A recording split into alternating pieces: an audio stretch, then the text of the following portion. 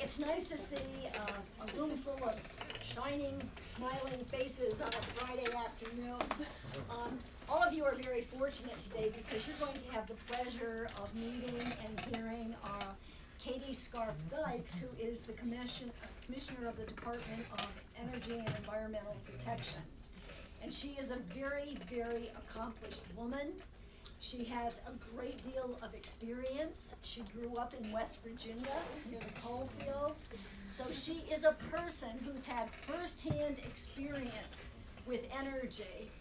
And one of the challenges and one of the hopes that we have for Katie is that she and her leadership is really going to do a lot for the environment and for energy in the state of Connecticut. Just let me give you a little bit about her background because it is very, very impressive. And for any of you who want to go into this field, she is a terrific role model. So I hope this is the first of many visits to Three Rivers Community College because what we like to do is we like to create touchstones of reality so students can see people out in the field, they can see what they're doing with their careers, how successful they've been. So please, ask her a plethora of questions because she has lots of wisdom to share with you. She was nominated for being commissioner by Governor Ned Lamont, and she was confirmed on February 20th, 2019. She previously served as chair of the Connecticut Public Utilities Regulatory Authority, PURA, and from 2015 to 2018 she did that, and as Deputy Commissioner for Energy at the Connecticut Deep from 2012 to 2015. She has served as the chair of the Board of Directors of the Regional Greenhouse Gas Initiative, RGGI. We love to have acronyms in the state of Connecticut from 2014 to 2017. RGGI, say that fast 5 times, is a multi-state effort focused on reducing carbon emissions from electric generating facilities. Katie joined the Connecticut Deep in March 2012 after prior service as Deputy General Counsel for the White House Council on Environmental Quality and as a legal advisor to the General Counsel for the U.S. Department of Energy. She is a graduate of Yale College and Yale Law School. Very nice credentials and not too shabby. So, hear me, students, when I say she is a wonderful role model for all of you, and especially for women in our audience today. She's an example of what you can do with brains and brawn. So, without further ado, Katie. Thank you. Let me first say that, so Katie is our third DEEP commissioner that has been on our industrial advisory committee and that has come to the college for years to talk with the environmental engineering technology students. And so I really feel honored that Commissioner Dykes is here today, and I hope you get something out of it, you guys. I know you will. So let's give a warm up.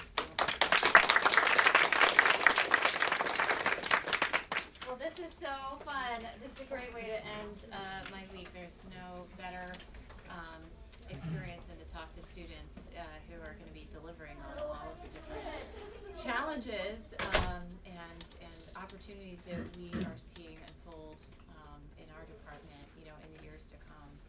I am just really interested, just to get started. You've heard a little bit of my biography and how I got here. My mom was actually an environmental science teacher, so when I was a little kid, she would take me out with her classroom of students, and they were going out and sampling creeks and turning over rocks and whatever they were doing.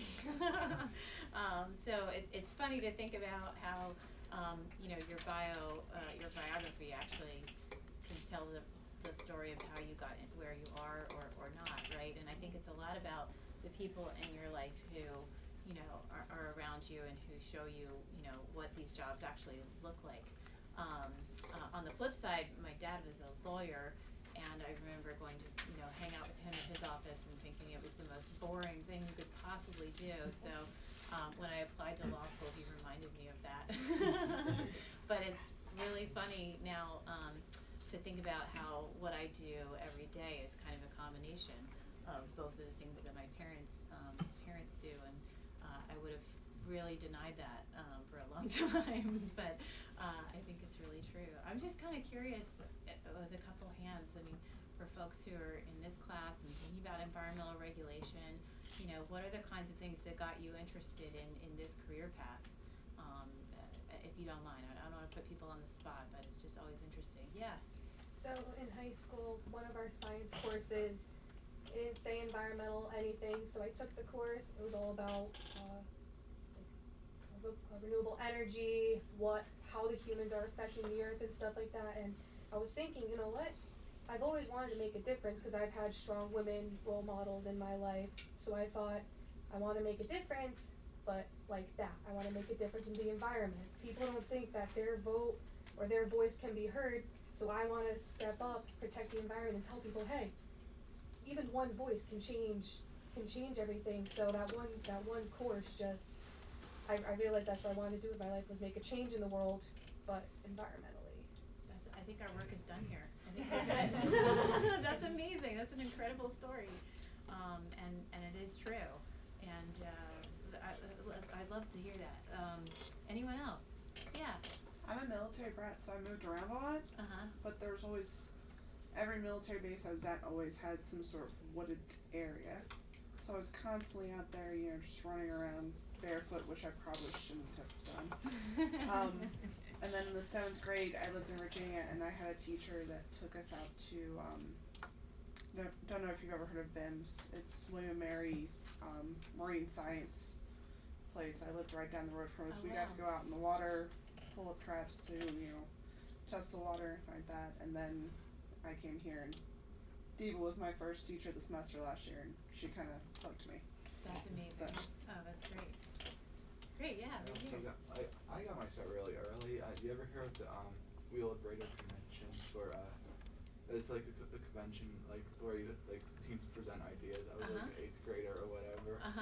So I was really interested in it, because our team's project was pulling, keeping medicinal pills out of the waterways. Right. And basically preventing water runoff and all that, so it's really got me thinking. That's amazing. About other aspects, so Yeah. That's where it started. Oh, that's terrific. That's great.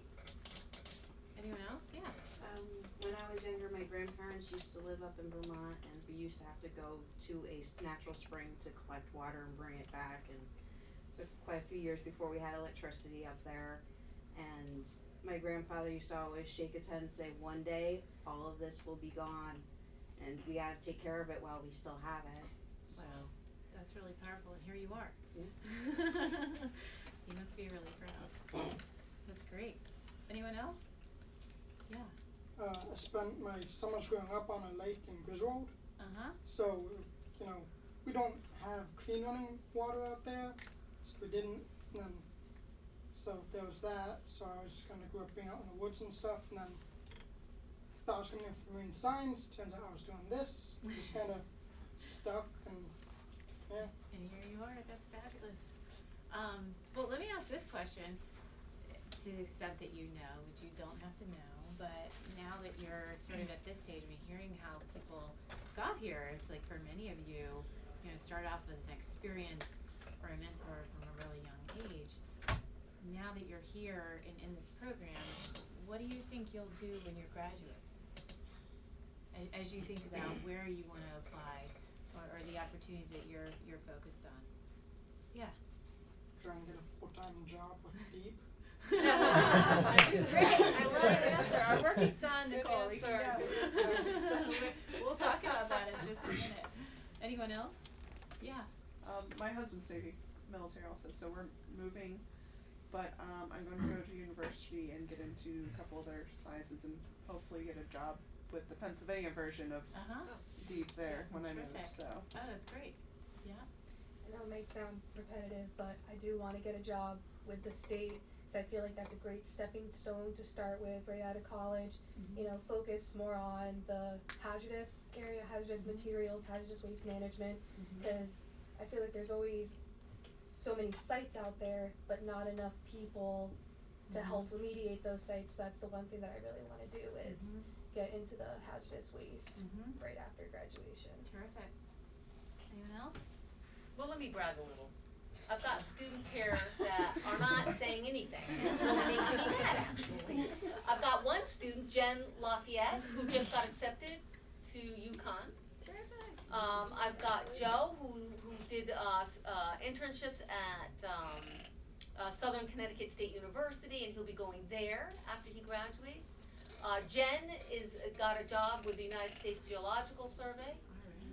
Another student of ours got a job with the United States Geological Survey. She's not here, she will be here in a little while, but she decided she had so many offers. CLA Engineering hired her. They gave her such a great, wage and package that she said, okay, I'm gonna go there. But my students, a lot of my students go to the United States Geological Survey, USGS. Some of them have gone to the DEEP, as a matter of fact. So I've got a bunch of them there. Diva, is Mike Keaty here? Mike, that's a great, no, Mike's not here. Yeah, But Mike Keaty works for him. Yeah, he's an intern at our consulting company, Time Bond. Oh, terrific. Yep. That's fantastic. Well, so, this is so great to hear all the energy and excitement and all the great things that you guys are accomplishing. And I really do mean it that we need you to work hard and and learn all of these things and sharpen your skills, because we're at this time period right now, particularly with the impacts of climate change, when it's really, and I don't feel that old, but I feel like I'm going to conferences and talking about the next generation. This is a generational challenge, and not even like a generational challenge, like the next decade, the next 15 years, the next 20 years. We're going to need all hands on deck, to really help us find the course to adapt, all of our built environment, our infrastructure in our state, and really also think about how we use science and we use engineering, and all the skills that we have, good writing, good communication, which is another critical piece, to help people understand the value of the environment provides to our economy, to our society, to help people understand the benefit that we get from clean, drinking water, from clean air, from having, soils that are clean and not contaminated. Those are, we talk a lot in our state right now, in Connecticut and up in Hartford, about our economy and how to really strengthen and revive the economy of Connecticut. And Governor Lamont, it's been a big focus. I know he jumps out of bed every day, thinking about how we can grow more jobs, and have a stronger tax base in our state. And at the Department of Energy and Environmental Protection, where we work, that's part of our mission. And it's showing people how a strong and a protected environment, how a clean energy grid, how those are like the fundamentals of a strong economy, especially now as we face some of these impacts of climate change. And so it's going to require, everyone just to be on their absolute, executing on all cylinders, for us to really make this transition as effectively and quickly and as possible. And that means, the work that we do every day, but also the work that we're doing in terms of training, and the next generation of folks that are going to be coming in to all the different parts of our economy that are going to make this work. We have at DEEP a sort of a generation of workers in our agency. We have about 850 people who work in our department. Sounds pretty big. And they're working on, everything from, we manage all the state parks, to helping to buy renewables for our power grid. And so it's an incredible diversity of programs that we have in place, and a phenomenally talented staff. But a lot of them have really spent their careers at DEEP, and they're getting ready to retire. There's kind of this demographic cliff that we're facing, and we anticipate that a lot of them will be retiring probably in the next 3 to 4 years, just with the way some of the contracts are designed. So we could see about 40% of our workforce turning over in that very short period of time. So that's bad news for me, because it means we've got a lot of work to do to make sure that this great talent and experience is going to be, moving on from our department and finishing their state service. We need to make sure they write everything down and are transferring their knowledge and expertise to the managers and the employees who are going to be still staying on. We have to look at how to utilize information technology to make our processes more efficient. That's just part of ensuring that we can deliver on getting a permit out in time, letting people know that they have a predictable time frame when they're going to hear from us about some stage of our regulatory process. So information technology is key for that anyway, but as we expect that we're going to be seeing a lot of our workforce moving out, it's even more important. But the other piece of that puzzle is it's going to give us this opportunity to bring in a brand new generation of folks who are going to be entering state service and who we're going to be asking to step up really fast to help us deliver on our programs, and to continue seamless implementation of everything that we do. So that means that we're going to have a lot of opportunities at our department. I'd love to hear folks talking about having interest in public service. And service, whether it's here in Connecticut or in another state, whether it's and working for our municipality. We have a lot of them in Connecticut, and they're critical partners for us in delivering a lot of environmental services. Or whether it's be interning, working for a legislator, running for elected office, getting involved with an advocacy group. There's so many different ways to participate and provide and be a public servant. And I just love that, so many of the examples, I was not prepared for some of the examples today, to be people who are interested in that career path. It is just a privilege, every day, to come to work and get to, that my job and everyone in our department, that we get to, play the role that we do. It is, we are, in many ways, the legislature, they get together and they have the tough discussions about, how to represent, the voters and make good choices about, the leadership that we want to take in our state, the priority that we want to place on investing in reducing carbon emissions, preparing for climate change, just for example. We at the department, we're the implementers. So we take all those intentions that are written into a statute, and now we have to figure out how to get it done. This is a kind of a time, I think, in our political environment where people have been questioning what the value of government really is, and whether government can really deliver on the promises and the expectations and the aspirations of voters. And so for me, that means that we have a lot, we have a lot to prove and to show to people about the benefit that government does provide. It's just as urgent, I think, as our other missions, is to ensure that the interaction that someone has with us, whether it's a business, dealing with a compliance issue about cleaning up hazardous waste, or it's someone getting a hunting permit, or a wind farm that wants to get built and needs a contract to do so.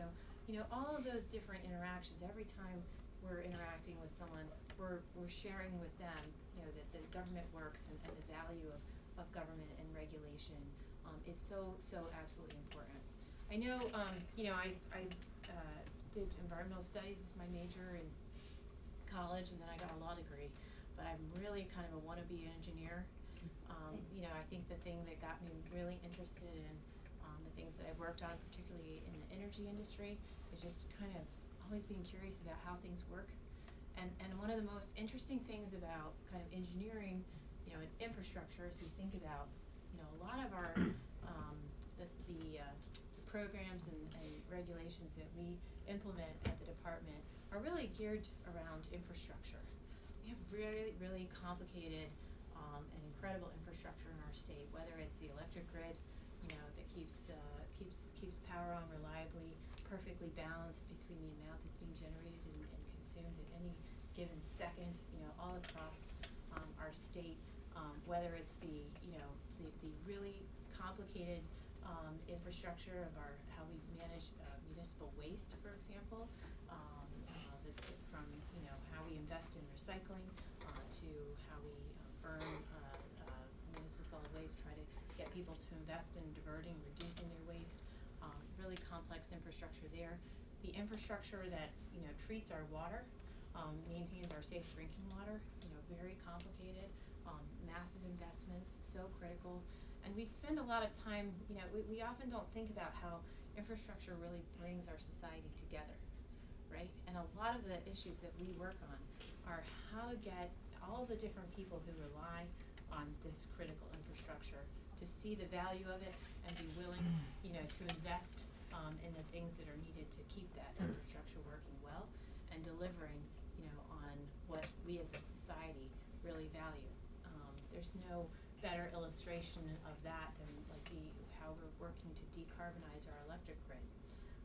We are very fortunate right now to have, these technological innovations that have given us a whole bunch of new tools about how to generate cleaner electricity. Right here in Connecticut, for the last 10 years or so, we've been out in the market buying things like solar. We've been buying things like, fuel cells. I don't know how many people are familiar with that technology. It's manufactured right here in the state of Connecticut. The solar, about 10 years ago when we ran our first purchase of solar farms, the price was, like more than 4 times what we see of the price of those projects today. It's like the best news because the more people are buying solar panels all around the country and around the planet, the price is coming down, and so that means we're able to scale up our investments in that important resource. It's also created new challenges for us here in the state, and which is part of something that we work on is where are you going to put it? We see that some of the places that are the cheapest parcels of land to develop solar are also those that have a lot of maybe in forested areas where we're cutting down trees. We have a lot of runoff associated with that, or it might be on a farmland where we know that there's very limited number of farms left in our state, and the soils are really important. So this raises a lot of important questions, and that's why having energy and environment under one roof is really helpful. It means we have a lot of internal debates sometimes, but we educate ourselves so that we kind of make sure that as one part of the department is working on advancing solar deployment, the other part is informing about let's make sure it goes in the right place. Let's put it on an old landfill, right? Let's put it on a brownfield site that can't be used for something else. Let's put it on somebody's rooftop. Those are the things that we're, not only is the price coming down, but we're getting smarter about putting it in the right location. And we see other technologies and the prices coming down as well. Offshore wind. I don't know how many people are familiar with, have been reading about offshore wind lately. So it may not surprise you that just yesterday I was in New London with Governor Lamont, and we celebrated the announcement. We have the State Pier down there, a major offshore wind developer from Denmark, where they've really pioneered this resource, is now investing in New London, Connecticut, because they see New London as sort of a hub for deploying offshore wind turbines around the Northeast region. We are really fortunate. We don't think of ourselves as like a big energy state. We're not Texas, right? We're not Pennsylvania or Wyoming. We have a massive energy resource, clean energy resource, just off our coast, in federal waters, in terms of offshore wind. And so Massachusetts, Rhode Island, Connecticut, New York, we're all racing, literally racing right now to get RFPs out the door so that we can buy huge quantities of offshore wind. There's a bill up in the legislature right now they're contemplating that would have our department purchasing 30% of the electricity that we consume here in Connecticut from offshore wind farms over the next decade or so. And these things are massive, but it won't surprise you that there's a lot of important questions about what the impacts of the offshore wind will be on the seafloor, on marine species, on commercial fishermen that are operating in the Atlantic. And so it's like just like with the solar debate, it took several years for our procurements to catch up to the best science about siting. Here we don't really have time. We can't lose time. We have to make sure that we're getting the best available input from fisheries, from the environmental groups to help us understand from our scientists about how to design these RFPs so we buy the right kind of turbine in the right place. And but it's, I mean, just in about 6 or 7 years, when you drive down to New London, you will be shocked to see the size of these turbines. They're going to be using that pier as a staging area to ship these massive blades out into the ocean, where they're going to be constructed and installed and generating a huge quantity of our power. So I just get it, and the price of offshore wind, like when I started in this job at Connecticut Deep about 6 or 7 years ago, we just laughed when people said that would be a major resource. Even 2 years ago, I wouldn't have taken anyone. 2 years, I would not have taken people seriously that this was going to be a real, scalable resource for us, because it just cost too much. Massachusetts had tried to purchase an offshore wind farm called Cape Wind, and they were paying I guess I can't share prices with you, but 4 times the price that we've seen in the most recent RFPs that we've run. So while we see the federal government has taken some steps backward in terms of addressing climate change, the market fundamentals here, the cost that the technologies are evolving such that we see that these things are becoming affordable, and that means that states like Connecticut can really be leading in addressing reducing carbon from our electric grid. So, and it's transforming our economy. It's it's really changing the way we think about the electricity we consume. But it's also creating jobs here in Connecticut. We don't have any coal in the ground. We don't have any oil. We don't have any gas. We always had to import those things from out of state. And now that we're focused on clean energy sources, that's creating a lot of employment in our state that we didn't have before. So, folks may be thinking about, looking into solar installation or, helping address environmental impacts and design, site plans and so on for renewable developers. That hasn't really been a big area of employment in the past, but we see that this is going to continue into the future in our state. So the types of jobs that are going to be out there as we make this transition, are really going to be changing. Another great example is with respect to the natural gas system. We know that we're still going to need natural gas to keep the lights on when the wind isn't blowing and the sun isn't shining. We need to be able to turn on power plants quickly to fill in the gaps. And so we have a shared infrastructure that distributes gas around our state, and that's going to be really critical in the years to come. But we need engineers who are going to be able to maintain that system safely. And if we don't maintain that system, we're going to see more and more, leaks of natural gas from that distribution system. So you hear about an explosion that happened up in the Boston area. I guess it was last October, I believe. Yeah, when it went from house to house, and there was Yes. like 10 fires all at the same time. Yes, and so I called in our gas engineer at the time and I said, that's not going to happen here, right? The gas system is terrifically, there's so much safety engineering that goes into maintaining that system. When something goes wrong, it can go really, really wrong, but it's engineered in a way, to really try to prevent those events from happening. So we know the gas system, it's been built out in the cities, because it's expensive to build gas lines out, because you've got to dig ditches and install it. And so we have, and so that our gas infrastructure in Connecticut has really grown out from our urban centers. And a lot of the gas lines that we have in our urban centers were many of them installed 100 years ago, and they're cast iron and bare steel pipes, and those tend to be the leakiest, right? Just given their age. So we have a program because we don't want to have the leaks both for safety and for methane, right? Because it's a very potent greenhouse gas. So we want to prioritize trying to replace those oldest pipes that are in the ground. But the challenge of scaling that up and speeding up the time frame for replacement is that we need to have trained engineers to do the work. Because if we don't have properly trained personnel doing it, we could create a real safety problem. So this goes back to why workforce development is going to be absolutely critical, and making sure that we have the kind of folks who are getting trained programs that are available to folks to help them get the skills that they need, because these jobs, or the number of jobs in these areas is going to be growing over time, and we have to start anticipating that now, because we don't want to be in a situation like we are today to say, gosh, we'd really like to accelerate how quickly we're replacing those pipes, but to do it safely, we don't have enough people.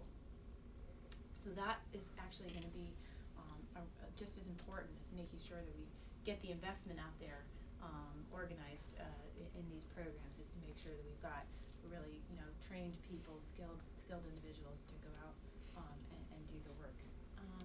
So in any case, I'm talking a lot about the energy system. It's been a real pleasure now that I'm starting in this commissioner job that we have these opportunities, tremendous programs on the environmental quality side and environmental conservation. We have, as we're preparing for climate change and looking at, getting ready for where things are headed in the 21st century, we're also dealing with the 20th century and the 19th century in some circumstances, because we do have a legacy of industrial uses in our state and contamination that's occurred in the past.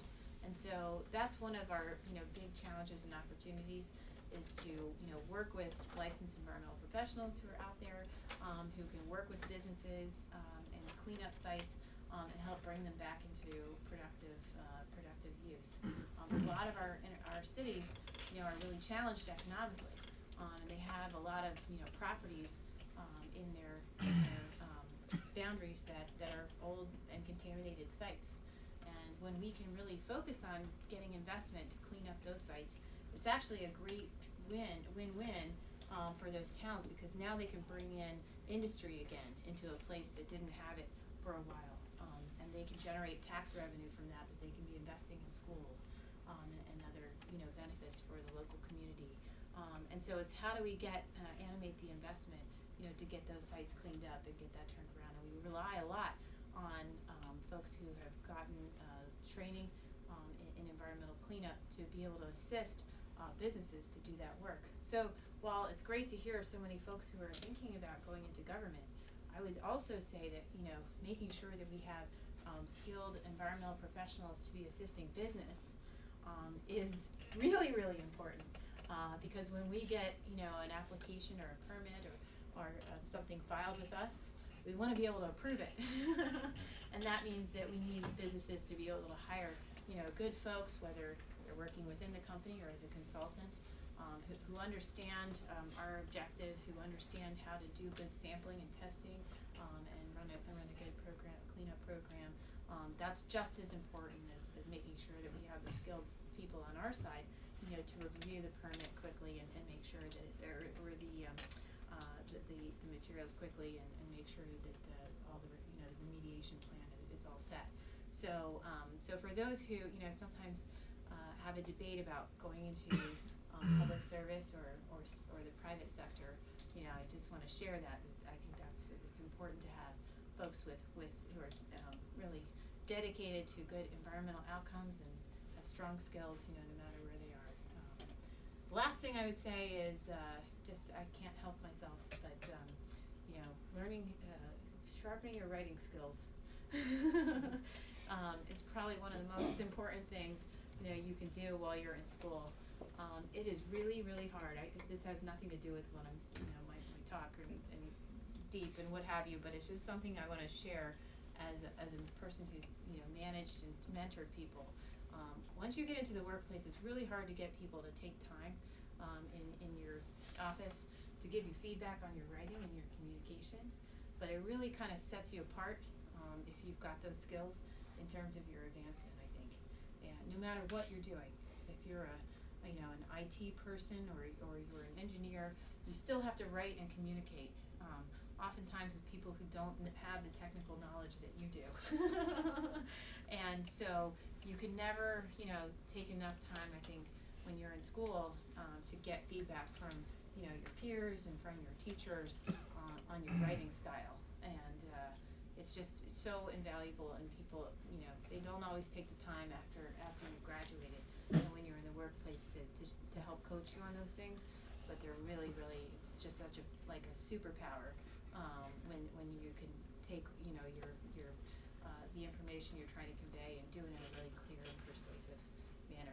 So I've clearly talked a lot if I'm talking about writing skills. But I'm just so excited to have the opportunity to come down and share a little bit with you about what we're working on, the opportunities that we have at DEEP, and to most importantly hear from you all. It's really inspiring about what led you here and the path that you're on. We have an internship program at DEEP. I don't know how many people are familiar with it, but I'll make sure that we share the information.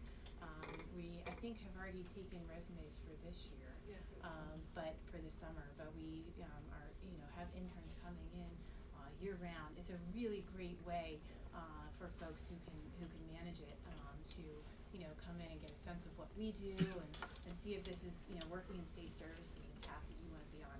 We also hire hundreds of seasonal employees working in our parks and in our wildlife management areas during the summertime. That's another great opportunity for folks. But like I said, you know, we want to keep this great talent. You know, the things that you're learning, the skills that you're getting are critical for us to be able to be successful in our mission. We want you to stay in Connecticut and use them here. So I'm just thrilled to see everyone here today and have the opportunity to meet you.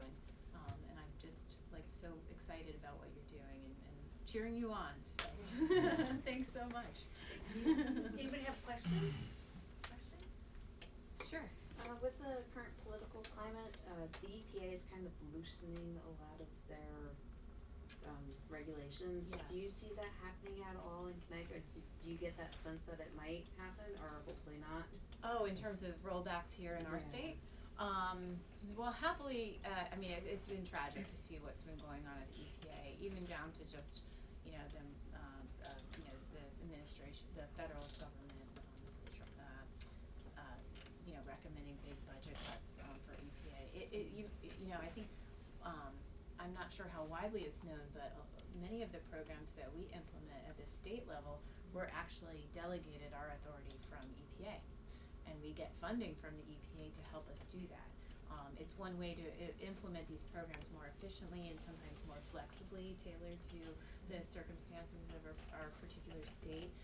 So these, you know, these budget cuts, while they may sound far away, they actually can have a big impact on us here in Connecticut. And so we've been, you know, doing our part to kind of raise our voice about the impacts of some of these rollbacks and certainly to be supportive of EPA. You know, and with respect to rollbacks in Connecticut, I think, you know, I'm really proud to serve a governor who's very, very committed and leaning forward on environmental conservation and climate change and carbon reduction and all of these things. I think that, you know, Governor Lamont really appreciates the value that our environment provides to the families and businesses in the state, and the legislature too. I mean, this is it is I think in the DNA here in Connecticut, you know, that a lot of our argument or our disagreements are about kind of how to accomplish those objectives, and fortunately not so much about, you know, just gutting those objectives, right? And that's what makes this a great state to work on in. You know, when I worked in Washington before I came here during the Obama administration, and I remember being in a meeting and someone said, you know, I was working in the executive branch, so, oh, you know, we're trying to implement this statute, but there's this little typo here, it doesn't seem like we just have to get this year changed or this section changed. We would have to get that changed in order to implement this the way we want to do it. And everyone was like, oh, that's too bad. I guess we won't be able to do it. Like there's no way we will ever get Congress to change this. And moreover, people didn't even want anyone in Congress to know that a change might be needed, because if you do that, they might make much bigger changes and repeal something. And then I got to Connecticut, and similar thing came up. Oh, we have this conforming language or whatever, it needs to get cleaned up. And folks were like, oh great, okay, well we'll just package that together and take it over to the Capitol, and I think we can get that done. That'll go in our technical fix bill. I was like, what? We can talk to those people? So it's a real pleasure working in state government, I have to say. Obviously your impact is kind of limited to your state, but there's so much productive work that happens in engagement with the legislature to really get things done, and that's what makes this a terrific state to work in. And the other great thing is that we, as a state, we work with other states. And while we don't have the footprint of the whole federal government, for example, the regional greenhouse gas initiative that we talked about, the cap and trade program, is reducing carbon from the power sector, and there are 9 states in it, growing to 11, and it's about I think a fifth of the economy of the country now covered by that program, and it's all just states getting together and showing leadership, which is really fun to do. Great question. Any other question? I do. Sure. So one of the best things I think about the state that we have is the Long Island Sound. And Yes. and I know in this class we've had a lot of discussions about the thought of wind power and how fantastic that would be, but at the same time, what kind of an impact would it be? Our fisheries is so huge for us. Yes. Is there any other project that's the size of what they're thinking about doing with the New London area, on the eastern seaboard, that we can, get their information and see what kind of an impact it would make?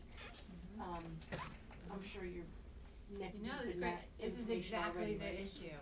And so with respect to Long Island Sound, first off, I have to give a plug. We have a plan that we just released called the Blue Plan. Nicole is gonna think of what the website is for me, if people wanna go take a look at it. I'm sure if you put in Blue Plan.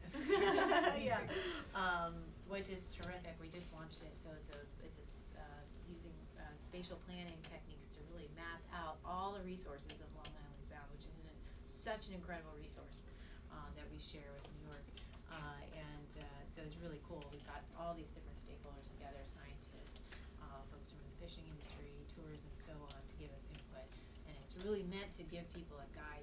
One of the challenges that we see is when people come up with a great infrastructure project, right, and they kind of draw the line on the map, but they may not know where all of those different environmental impacts and resources are. And then it comes to us and it turns into a big controversy over whether we can approve this project which is running right through some really significant resource. The whole goal of, when we do our environmental regulation, best is when we can point developers to places they should avoid.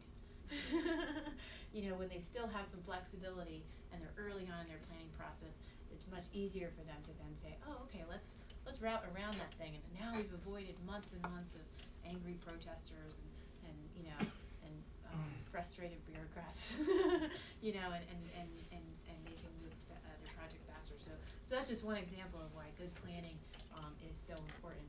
But anyway, Long Island Sound doesn't have the kind of wind blowing that is strong enough for the types of enormous wind turbines that we're probably going to be purchasing. So we won't really be seeing those types of wind farms happening in Long Island Sound.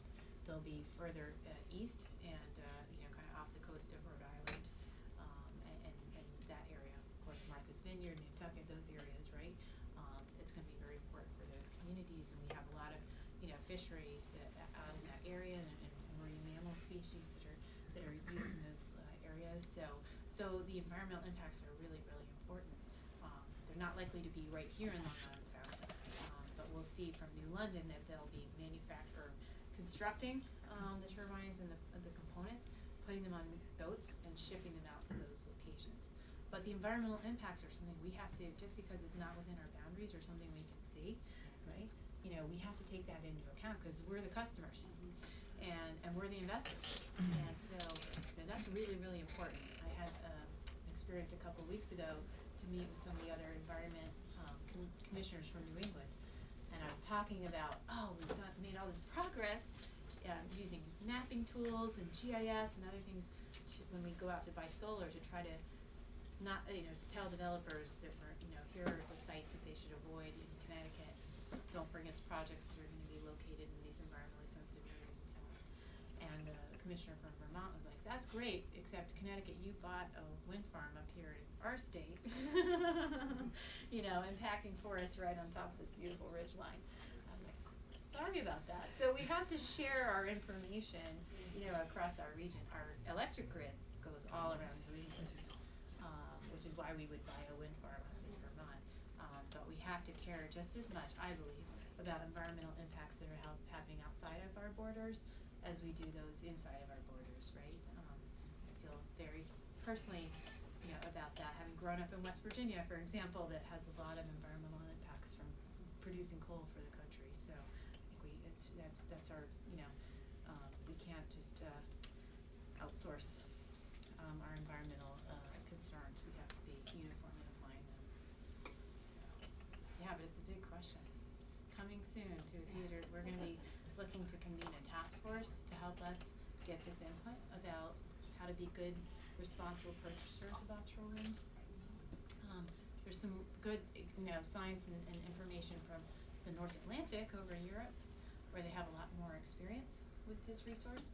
But of course, the specific environment there is different than where these projects would be located here. Some of the other challenges are the fish species and their distribution is changing because of climate change. So we're trying to solve for climate change by putting in wind farms, but we're having localized environmental impacts there, and how we even measure the impacts, right? Indicator species and other types of things is changing right before our eyes because of climate change. So that's why these are exciting things to work on, and we have to try to make good decisions with the best available information. Thank you. Any other questions? Let me ask you about the blue plan. Yeah. So can you tell the students what that's about? Yeah, so we recognize that there's just so many different types of uses that we get from our Long Island Sound. Whether it's shellfish cultivation, whether it's fishing, recreation, tourism. There's just so many different, and we didn't have good mapping tools to really even know where the important habitat underwater was. Or we had it, but it's not all collected in one place. So that was really the goal of the Blue Plan. It's got it's 400 pages long, but most of it is pictures because it's maps. So if you like maps, and there's a whole group of people out there. I found a lot of map fans who are really excited about using this plan. We had a lot of stakeholder input on it, a whole kind of a task force of people with these different viewpoints that shared some input about how to design it in a way that would be useful and valuable. And it's actually out for public comment right now, so if you want to, the class might want to give us some comments on it. We had a kickoff for that, I think, about 6 weeks ago, and so it'll be a couple more weeks, I believe, that the public comment period will be, and then we'll be updating it as we go. But And it also it'll be a looks good at tool. stormwater runoff too. I believe, yes, I think that's right, and where it's impacting, right? Right. To sound, so, yeah, it's really great, very exciting process. Terrific. Oh, yeah. Sorry. No. So I was just wondering if there were any plans or projects in place to reduce the air pollution from our travel infrastructure. Oh, wow. That's a very Nicole's like, she's gonna talk for 2 hours now. She's so excited. It is like so this is a fascinating issue that we're just ramping up on. I actually bought an electric vehicle. We traded in our Outback. Bought a much smaller EV. It is so much fun to drive. It's like a souped up golf cart, and the acceleration is nuts on this little car. So I think, actually, I have to say, like, I have relatives who are not environmentalists, but, you know, are car nuts. And I think that, you know, very quickly, people who like a fun car to drive, even if they're not thinking about climate change, are gonna be excited about the electric vehicles that are out there on the road. They don't require as much maintenance, and, you just have to be careful about the speeding tickets. But in any case, so, and the parallel parking, it's a little challenging. But anyway, so we have, we did a comprehensive plan for the state of Connecticut, finished it in December, to tell us what we need to do to reduce our carbon emissions by 80% by 2050, and actually by 45% by 2030, which is like one of the most ambitious goals that's out there. We've made a lot of progress in taking carbon out of our electricity system. We've not made much progress at all in reducing carbon emissions from the transportation sector. And so that's about 38% of the carbon emissions for the state of Connecticut. So we have to, all hands on deck to move forward the different options and mechanisms that we have to do that. Passenger vehicles, that's a lot of the driving in our state is from people, you know, we have a very kind of dense state, but also a lot of commuters commuting, you know, an hour or less. So a lot of single occupant vehicles on the road. And so that's a big part of our emissions, but also a big opportunity. One of the, again, to those technological, economic phenomena that we're living through right now, the cost of batteries is dropping really fast. And battery costs are a big part of the cost of an electric vehicle. So now the Wall Street folks that are forecasting these things are suggesting that in the early 2020s, we're gonna see the price of an electric vehicle become comparative to the cost of a traditional internal combustion engine. And that's when we might see my relatives start saying, hey, maybe I should try taking that for a spin. You know, we have programs to try to provide people rebates who purchase electric vehicles today. There's tax credits for it to help bring down the sticker price. We have to get the word out for people who think, well, where am I gonna charge this and how's that gonna work? You know, that's kind of a barrier for folks, so there's education. But the other part is, these things are gonna plug into the electric system, and we're gonna need power to be able to, you know, provide power to them. And this is in a, you know, we've been pushing efficiency for a long time now, about, you know, 15 years, 20 years, having efficiency programs to change out light bulbs into LEDs, more efficient light bulbs, you know, get more efficient with our appliances. So we've actually like kept our electricity demand flat, or even declining a little bit for the last several years. All of a sudden we're gonna see electricity consumption go up with these electric vehicles coming onto the grid. So the question is, what are we gonna power them with? Offshore wind, or natural gas plants, or oil burning, you know, plants? We have to prepare for that, so that one progress in one sector doesn't erase the progress in another. And we have to make sure that we can maintain the system reliably. So if everybody plugs in their car on a hot August afternoon to charge it, it's gonna be a nightmare because we are gonna build out poles and wires in the system and more power plants to be able to provide that power. But if we can use smart charging, computer in the dashboard, you know, that you can plug it in, but it doesn't actually start to draw electricity until, you know, later in the day or when the consumption is lower. If we can offer you a rate that's lower at night, so that you're more likely to, you know, you'll save money if you plug in at that time. You know, there's a whole bunch of other things we can do. Maybe co-locating if we have energy storage and solar power right at the location where you're gonna have a whole bunch of charging stations. You know, there's all these different solutions that we're working on so that we don't create unintended problems, right, as we move forward with this solution. So it's really, it's a really fascinating one. Yeah, we're spending a lot of time. The technology of the car is getting to where people will feel safe in the winter time, because that's what I hear Yes. most people saying is, you know, They don't have all-wheel feel drive. Exactly. Yeah, yeah, so California's like been the big market, California doesn't have cold, or at least, you know, like we do up here in New England. So there's new models that are gonna be coming out, you know, fairly soon, you know, there's compact cars, obviously that market, you know, there's a lot of different models, but minivans, I've got little kids in car seats, right?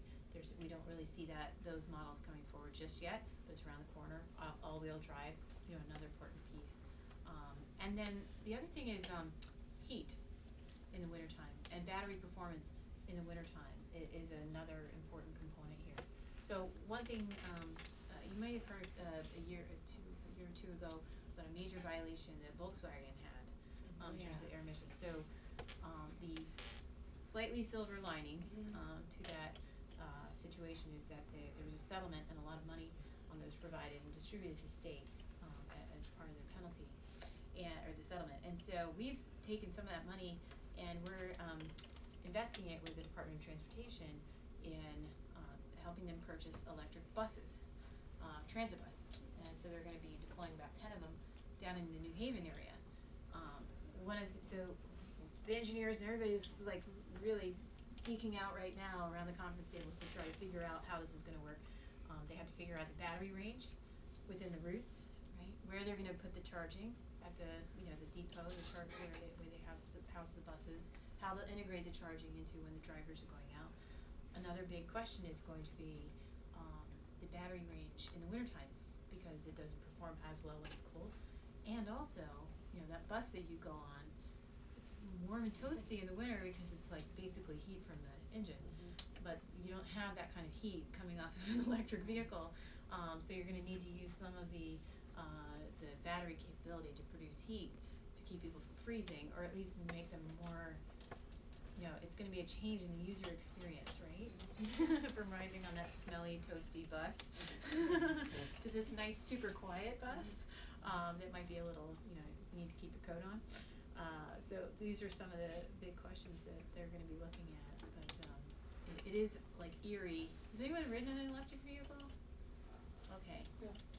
Rock next State Park, we have the Nissan Leaf. Oh yeah, exactly. Yeah, it's eco mode and also can self-charge if you put it into eco mode, I think, on a downhill slope. Right. It'll charge your battery. Yeah, it starts charging. When you're slowing down, but they're eerily quiet. So anyway, but these are behavior changes. You know, you don't know how much renewables are powering these lights right now. You don't see that, right?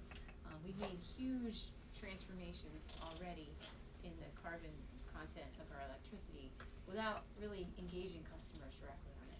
But to make progress in reducing carbon emissions from the way you move, right, and the way you heat your home, it's going to come down to individual consumers, families and businesses, you know, sitting around the kitchen table, at a conference table, making a choice to do something different.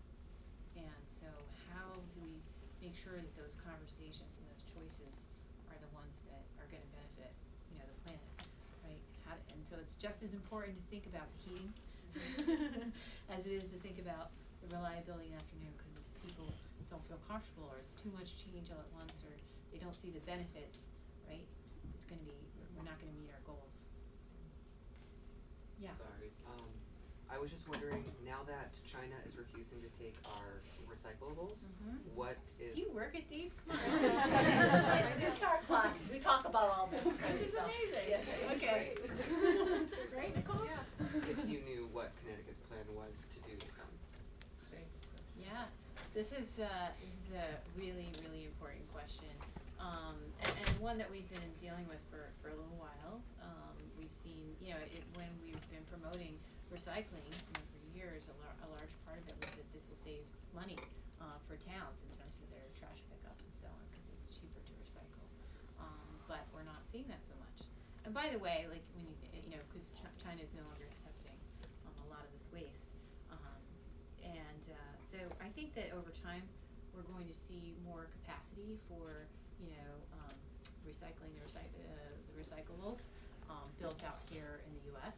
that will accommodate this. There's just such a huge amount that's being produced, and so I think we'll see onshoring of that. I also think that in the long run, when you look at like marine waste, you know, a lot of the epicenter where you see that the most of that occurring is in Asia, and I think there's certainly a relationship between, you know, China taking in all this garbage from around the globe and where it's being, you know, how it's being responsibly stewarded, right? So I think, again, to that point, we don't want to just be offshoring all of our environmental issues. So we need to improve our you know, or help continue keep the commitment of municipalities to recycling programs through, you know, this time period where we see that commodity price, you know, that commodity market changing substantially. Some of that comes down to, you know, how voters are valuing this. The other thing is that it just points to, again, the importance of reduction. We've oftentimes talked about, you know, a diversion goal, like measuring our success and our progress around how much we divert, how much recyclables we pull out of the waste stream. But really what we should be measuring ourselves on is how we reduce the total amount of waste, right, per capita. So that's one of the things that we've been engaging in our policy group and with the legislature this year. You know, it's interesting because, so we have, is anyone familiar with the SMART program? Right. Okay, so this would be just changing from, you know, right now, when you know, I live in West Hartford, you fill up a bin, you wheel it to the street, no matter how much you put in, right? It just costs the same amount for the customer. This would just change to like unit-based pricing, where you pay for, let's say, a garbage bag. So you're paying based on the quantity. If you buy garbage bags and however many you fill up, right? It's just reflecting the price of, you're paying for that volume, that quantity, based in the purchase of by the unit, right? The garbage bags. So now you're starting to understand that if you throw out 3 garbage bags, right, it's more than it's going to cost you as a user more than if you just had 1. It's shocking when you see the data from towns that have adopted this and municipalities that the behavioral change, the tons per capita drops, it cuts in half, like instantly. And as people start to put more in the recycling bin, but also reduce the amount of usage. It's like just shocking, okay? I didn't believe it, and they showed slide after slide after slide. Were you there for that presentation? Yeah, it was like, whoa. So it's like, okay, but then we have like 40 towns in Connecticut of the 169 towns who've kind of expressed interest to our department in adopting these policies. And I think only 2 have done it. And the reason is that when they kind of announced, and by the way, this is a big budget saver for towns who are seeing, you know, shrinking revenues and all this. But the public acceptance, again, back to like the heat on the buses, people just lose their minds. And there's just this blowback that all these municipal officials have encountered when they've presented this, you know, these options and these recommendations to make these changes. And so it's caused us to go back and think, like, this is such a no-brainer when you see the economics and you see the environmental benefits. Like, why aren't people doing this? Is it about education? Is it about getting the word out there to those people? I think it's that. I think it's helping to understand, you know, it's part of, you know, it's people's everyday habits. I mean, you have to explain what will this mean for a family with young children who have a lot of diapers, or for, you know, like the volume. You have to think about people as in terms of the volume of trash they generate. I think it also requires us to think a lot about what people's ability to pay for things is, right? Elderly individuals on fixed income, you know, low-income individuals. You know, when we talk about passing these costs on, you know, what does this mean for them in terms of affordability? And thinking about, you know, how do we find people who live in towns that have this, who can come and be ambassadors and say, hey, it wasn't the end of the world, you know, it worked out great, to show that you know, success or that you know, this is reasonable. But what it tells me is that, you know, we have to be great engineers, we have to be great scientists, but we also have to understand humans. And that's where those communication skills that I talked about come in handy, anticipating what the questions are, having a diverse network of people in your life so that you kind of aren't in just a thought bubble of people who think like you, but that you're, anticipating how would this impact someone in a different, stage of life than I am. Finding those people, who like change or are willing to be pioneers and try new things, how to get them activated, how to get people involved in their political system. These are a lot of the experiences that first selectman rolls this out at a meeting. Who comes to the meeting? Maybe 90% of your citizens are gonna be fine with this, but they're too busy and they're not there. It's the 10% who come, right, who are really upset. Who's represented, how much are the voices that are complaining representative? How do you get the other folks who may be okay with this engaged into the process? So, we have to understand how to get people engaged in our democracy just as much as getting the science and the economics right. So anyway, pay as you throw, SMART programs coming soon. Tune in to tell you, I know you'll all be out there. This is good. This is the first thing. Yeah. Go to your town meetings. Exactly. Right. Yeah. That's great. Yeah. More of a comment, but I think it was back in 2016 when New London had the meeting for SMART. One of the big problems I saw was, not a lot of people wanted to throw stuff away because they didn't want to pay, but recycling also only comes every other week. Yes. And the town wasn't saying they'd have recycling come every week. And at least in my household, it's just my boyfriend and I, but we still throw out more recycling than we do in the garbage. So for us, and probably for a lot of people, it's better for recycling to come every week than every other week. So I think that's a huge. Making sure that there's some other avenue, other channel available, like recycling your food waste, right? That's a big, heavy component of the waste stream. So how do we get people that have that available, right? So that they have a place to throw things other than in those bags that they're paying for. And the recycling, it fills up pretty quick too, even if you break down the boxes. So again, I think more people would recycle more if something like recycling every week was implemented as well. Because I've seen myself with the recycle bin sadly having to throw in the stuff in the trash because everything's overfull. Right. It's overfilled, and Yeah. it's burdensome to a lot of people, especially like with a family of 4 or something like that. There'd be a lot of recycling that would be in the blue bin versus the green bin if it came weekly versus every other week. And figuring out how to tie these things together, and look, I think that this is at the root of a lot of these questions is like we talk about a tax or a regulation or something that's causing people to pay for something they weren't paying for before, right? And people want to know what's the value that they're going to get from that. I mean, look at, for example, the debate about tolling right now. People want to know, is this money actually going to go to fix the roads, or is it going to get pulled into something else? We see the opinion polling looks very different about people's willingness to, embrace tolling if they know that this is actually going to improve the infrastructure, right? And it's a kind of a similar thing. I wasn't paying for these bags before. How do I know that the people who are managing this are going to make services available to me, or where's this all going? That's such an important part of the conversation. Yeah. Has anyone else encountered the SMART program or come up in your? I read an editorial in my local newspaper, and someone was very upset. They said it was a tax on families. Right. So how do you address affordability? It's a really important issue. Yeah. In North Carolina, when I lived down there, you could have someone come, like you'd have bins and you could have someone come and get it, but it was like an extra, you had to pay extra for that. Right. Or you just drove around the corner and they had the large bins that you could separate it. It was much easier to recycle because then I could separate my glass, my cans, and my paper. And that was already rolled into my regular taxes I paid regularly. Mm-hmm. So I really enjoyed that avenue of it because then I was able to, like she said, it's just my husband and I. So I do have more recycling than I do normal trash. Right. So I could just go as soon as the bin was full.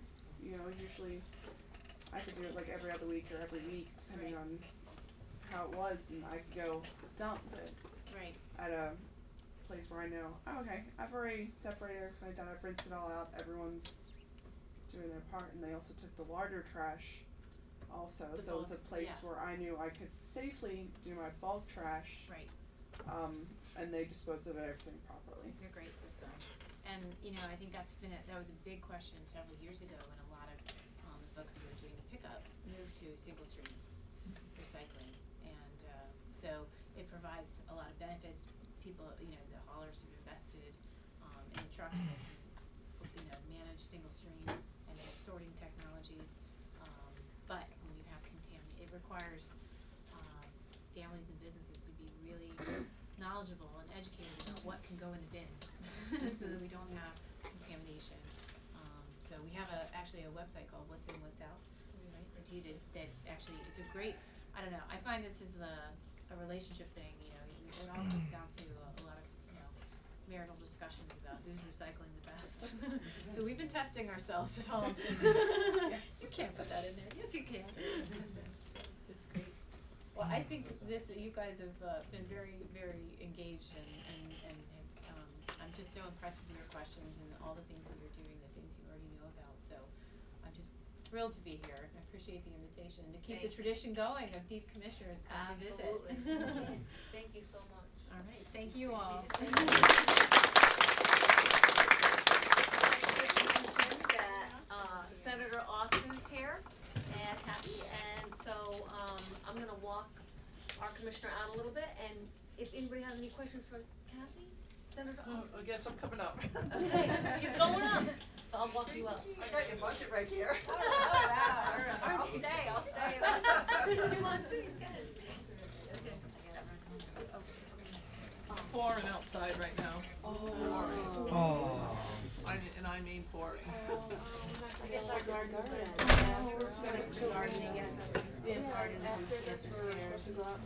Oh, it is completely pouring. It is. It's not a little bit of rain. It's a lot of rain. Anybody have any questions? So I'm Kathy. So you all know who I am. I'm Kathy. I'm the state senator for the 19th district. I represent 10 towns: Marlboro, Hebron, Lebanon, Columbia, Sprague, Franklin, Norwich, Lisbon, Ledyard, and a portion of Montville. I'm a co-chair of appropriations. I'm also the vice chair of labor and public employees and the vice chair of public safety. I sit on veterans as a member, transportation as a member, regulations review as a member, and legislative management as a member. I'm on a boatload of caucuses to include, but not be limited to, the Sportsman's Caucus, the Rural Caucus, the Intellectual and Developmental Disabilities Caucus, the Women's Caucus, the Manufacturing Caucus, the Tourism Caucus, and a whole total of other things. And today, 2 days ago, Tuesday, we passed the state budget out of appropriations. Then the process is, after the budget passes out of appropriations, it goes to the floor of the House and the Senate, and in the interim, we will be meeting with the executive branch to see if we can come to consensus on the budget. I do the spending side of the budget, not the revenue side of the budget. I can talk a little bit about the revenue side if you're interested, but I don't know all the detail on what they decided on and how they decided on the revenue pieces of it. I take care of the spending side. So that gives you some ideas on what questions you can ask. As far as tourism goes, do you see a trend increasing with, I know obviously a lot of people love coming to Connecticut for leaf peeping and whatnot, but is there any programs in place to attract more businesses to our rural towns, or tourism to our rural towns? So tourism in general, we have a statewide marketing plan. We have a tourism fund that's dedicated towards tourism, also dedicated towards specific programs that travel around around the state. We also have the Passport to Parks, which allows Connecticut residents to get into the parks for their extra $10 charge on their vehicles to get into parks for free. That's generally what our rural areas have, is parks and that kinds of things. The statewide marketing is, we spend less than other states right now. We've had a bit of a budget crunch, and so we have more money in statewide marketing this year than we did last year. And what that is to play in the markets of, say, Boston and New York, Philadelphia, and a little bit in Canada so that we can get people to come to Connecticut. We have two of the largest gaming institutions in the world here in the in Connecticut, and so those are a great draw for us to bring people in. Both of them are in smaller towns. Montville's only 20,000 people, and Ledyard is 15,000. Both of those gaming institutions are in my district, and I pay great attention to areas that would impact them. So the East Windsor Casino that is being built as we speak is going to put more money into the tourism fund. Fully 25% of the revenue is going into tourism, so we're going to see an increase in the amount of money that we're spending.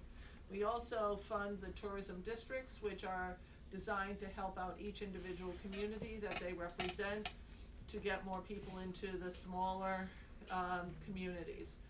We give a little bit of money for different things that people have, like some of the arts and cultural museums, and there's a whole list of things that we help out, so that we do put quite a bit of money into it. Sometimes it's the smaller grants that have the greater impact in our small rural communities. So, where do you live? East Haddam. So, The Goodspeed.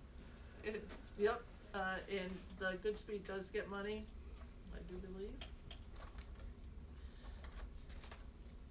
So, for example, we have the Hartford Urban Arts Grant, New Britain, Main Street Initiatives, Neighborhood Music School, Nutmeg Games, which is around the Vernon, Tolland area, Manchester, National Theatre of the Deaf, Connecticut Science Centers, the flagship Producing Theater Grants, which go to several different theaters, the Performing Theaters Grant, so art museums, Litchfield, the Connecticut Orchestra, the Barnum Museum.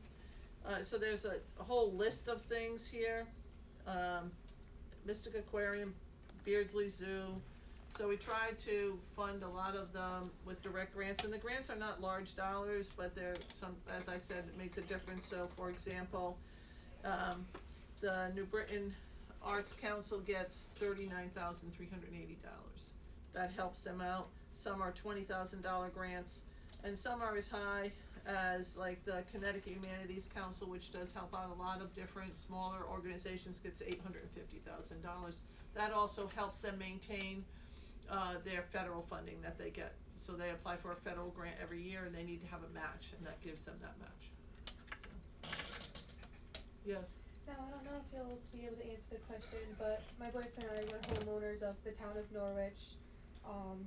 Norwich has a lot of arts. It has a lot of the little mini galleries downtown. It has Slater Museum. Yep. Norwich isn't always great, but if we do have those few little areas, now my question, and I don't know if you'll be able to answer, is why is our mill rate so high for when we want people to buy more houses in areas like these? So my perspective, only my perspective. Property tax is the worst tax that we have in the state. So what we have different in Connecticut than other states, they have county government. And so I don't, tell me if I get into the weeds on this, because I might bore you all. So Norwich's mill rate is fairly high. Most of Eastern Connecticut is fairly high. I don't have my maps with me, but I have maps on what all the mill rates are, what you can raise for a mill rate. So I'm gonna compare Norwich to Greenwich for a second, for just a hot second. This is a top level. This is not getting down into all the little details that happen. So Greenwich has a mill rate of 11. When they raise their mill rate, they raise $31 million. So they don't have to have a high mill rate, because when they raise their mill rate, they get $31 million. That's a lot of money. Norwich is a mill rate borders around 50 mills, depending on whether you're in the town CD or the city, and then they have a little bit of districts going on. They don't raise that much money when they go up a mill. And again, this is just my perspective. In Norwich, one of the bigger problems is they're grappling with education. So the education system in Norwich is very expensive, as it is in most towns, and it's they've had a hard time providing the services that they need to provide for children to keep them going in the same level and still make sure that the town is sustainable to live in. So you wanna have that balance between the city side and the school side, the Board of Ed side, and that's a problem across the board. That boards of education are usually 65 to 72% of almost every municipal budget. So that's something that, like, we put more money in this year in the budget. In schools, we put, find the number. I was going through this today with the office of, I don't think I have the runs, but, we put in it's really the I think that is our worst tax of all in this whole state. It's not the income tax, it's not the sales tax. We're more or less like every other state with both, with sales tax. If we could get some very wealthy people to pay more, that would be one thing, but, and I'm thinking if you live in Norwich, you're never gonna be making that kind of money, but I wish you all the luck in the world, and maybe someday you will. So on the ECS grants, the education, we put in, we added in almost 20 million in year one, and we added in about 40 million in year two in education. But that's over, there's 181 different school districts. Not every one of them gets money. Norwich is considered both an alliance district and a priority school district, and they get some commissioner network dollars. Those are all grants. If you listen to Abby Dolliver, who is retiring, or she may have already retired, she says that fully 50% of her budget is supported by state and federal grants. And so I point out this is just a one caveat that I think we should be talking to I have talked to our federal delegation, but the federal government is supposed to be giving us 40% of special education, and they give us 6%.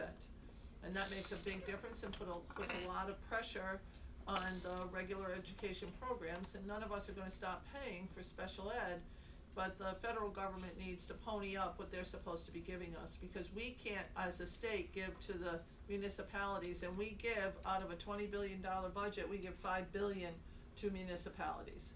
5 billion with a B, right now. Yes? I think you started to say, when you answered the question about county-based system. Mm-hmm. Are you seeing now, I mean, because Connecticut years ago used to be more county-based. Mm-hmm. Are you seeing a switch back now towards that with some of the town pooling more resources? We're not quite there. I see some towns that are considering getting to that point. Mm-hmm. So, I think that that's something that we should seriously consider. I'm also a first selectman, and I've regionalized a lot of the services, like we regionalize our animal control with NECOG, the Northeast Council of Governments. That saves us money every year. We're actually working with Norwich Public Utilities on a regional water line, which allows them to get some grant dollars at a higher level, and what it gives to the town of, it's really a win-win situation. What it gives to the town of Sprague is, a number of years ago, we had only 10 days of water left because we had no secondary resource, and so that this will give us that redundancy that we need. I've purchased equipment with the towns of Bosra and Franklin, and we purchased sweepers and mowers. That's the kind of thing I think we have to look at. On the school side, which I think will help out, is I think we need to look at bringing up administrative costs and using that across the board. Like, we have 100 and however many school districts we have, 181, we have 181 superintendents. Much as I think that it's nice to have a superintendent, they're very expensive, and I think that a superintendent can be used to cover 4 or 5 schools instead of just one. So I have 300 kids in the town of Sprague that are at the elementary level, another number of children go to high school, we go to 9 different high schools, but why do we have a superintendent for Sprague? Why not a superintendent for Sprague, Franklin, and Basra? So those are Board of Education decisions. I can't make that unilateral decision, but I think we need to really look at what we're doing, and I'd rather spend more money on programs for children and less money on back office and administrative costs. Yes? Does this put any money into like the little town fairs that happen, like North Stonington Fair, Ledyard Fair, or what have you? We don't give any money to those towns straight away, but they can apply for grants through the Connecticut Humanities. So they can apply for grants if they so choose. Yes? Now, I know Eversource has a contract with Trinity, and there's a lot of houses that are getting free solar panels. Well, Norwich has NPU, and they say that they are working on a contract, but that contract has been worked on for many years. Is there any way that we can give a push to NPU to give the homeowners of Norwich that option to get the free solar panels? So people go back and forth. Actually, they're not really free. Just so you know, they're not really free. So I'm just going to tell you that nothing's really free. So I'd like to say that things are free, and I apply for every grant I can in the town because I'm gonna try to maximize my town tax dollars with whatever state and federal dollars or private sector dollars I can get. I'm a firm supporter of solar because I have 118 acres of solar in the town of Sprague, which is 20 megawatts, which generates enough for 3,000 homes, but it's sold onto the grid. So I've been actually, if I ever win the lottery, I'm gonna put solar on every house in Sprague. And you'll have to move to Sprague if you want solar from me. But not just Norwich, but we have several municipally owned utilities, and they have not, their dollars are not spread out like Eversource dollars. And so it's one of those things that they're still working on. I mean, I have no problem giving them a call and say, hey, listen, when is this gonna happen? When do you think you're gonna be there? And I would be happy to do that. Do you want me to speak to that? If you would like. Yes. I'm one of the division managers in charge of this for Norwich Public Utilities, and I want to echo what you said, and that was the fact that this isn't free. So you have to subsidize. Solar itself will never pay for in its lifetime, and so what we've chosen to do with what limited dollars, we have to charge our customers in order to pay back in subsidies. And so we looked at it from a community point of view and said, okay, you know what, putting small solar systems on every house throughout the community, it'd be kind of like going to the store and buying one roll of paper towels, if that made sense, right? It's the least cost-effective way to do it. So what we did is we took the limited amount of funds that we have a solar garden as well, about 8 megawatts up in our industrial park, similar concept to what you're doing. And so that's, you know, the electrons lighting these lights, more than likely, we're about 20% renewable between our hydroelectric generation and that solar, you know, here in the community. But we're happy to tie anyone in who would like to do solar, and you know, we'll do the interconnection and meet all the safety requirements, everything like that. We funded the demonstration solar system that you have out back here with the mock solar roof, and I think we might be taking a look at that later. So, but what we're not going to do is we're not going to subsidize. So we do something called an avoided cost, basically. And if someone would like to put solar on their residence or on their business, we're happy to tie that in. And then what we'll do is we'll compensate them at a wholesale cost. So what our avoided cost is as a utility. So that's a little bit different than the model that you see in the other area of the state, but we're owned by our customers, and it's just difficult for us to, you know, charge one customer to subsidize another. In other words, so we've taken this avoided cost model as kind of the most, again, just for our community, because it's apples and oranges, state versus. Just truly, I would point out that I live in Sprague, and I pay more for electricity than Norwich residents pay for their electricity. And I was part of the 2-storm panel that Governor Malloy had many years ago when we were all without power as a result of the multiple storms that we had. And Norwich was up virtually right away. I was 10 days without electricity. And when I don't have electricity, I don't have water. cause I have a well. So, I not only didn't have electricity, I didn't have water. And so, that is a difference between the two kinds of utilities. Now, Eversource has some good things about the solar panels. You can put solar panels on. I think Eversource is turning into Norwich Public Utilities in regards to their methodology of looking at things. So Norwich Public Utilities is water, sewer, electric, and gas. And Eversource is electric and gas is buying up small water systems around the state and is looking at sewer systems. That would worry me because their customer service is just not as good as a municipally owned. So Basra is owned by Groton. Basra, I have a friend that lives in Basra. They go without power, they're back up in a couple hours because they're able to do it that quickly. If you live in Sprague, I love Sprague, for selectmen there, and I would encourage you to move there whenever you would like to. But, I'm just gonna say that it does take me longer to get up for, when we have no utilities, and then I'm on a phone, with Eversource, calling them, and I'm a little bit of a nudge, so I'm calling them all the time. But that's what it is, and I'll talk to them offline on the sort of the program, maybe puts a little blurb out on e-news. I have a e-news too. If you go on my CGA website, you can sign up for my e-news and get it, and I put out different information, so. Okay, so we have an industrial advisory committee meeting soon, so we'll go upstairs. I wanna thank my students for hanging out, and I wanna thank Senator Austin for listening to your questions and answering your questions. We really appreciate it. Thank you. And some of my students are gonna come up with us and do, so. All right, you guys.